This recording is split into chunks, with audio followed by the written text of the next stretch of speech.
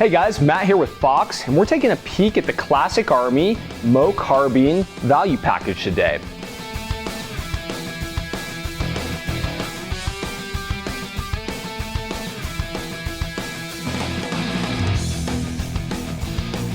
So the MOE Carbine value package is an M4 based rifle that is mag-pulled out right out of the box.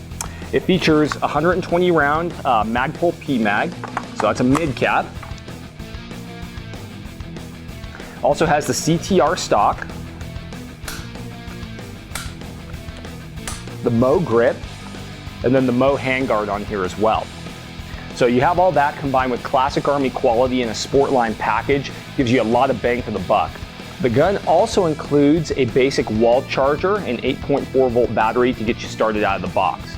Now something really cool for you entry-level players, these Magpul type accessories, if you were to add these onto your gun, you're probably going to spend well over $100 to do that.